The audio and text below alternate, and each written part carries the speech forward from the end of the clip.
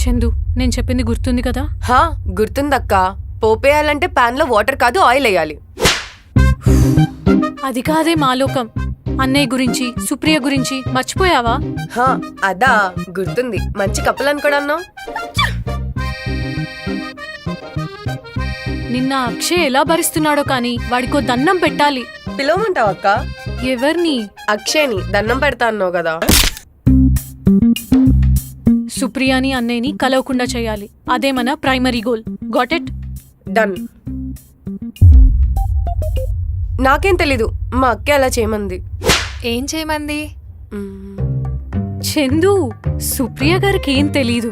నువ్వు కంగారు పడి నోరు జారకు. ఏంటి నోరు జారేది? అయ్యో ఏం లేదండి, ఫ్యామిలీ ప్రాబ్లమ్స్.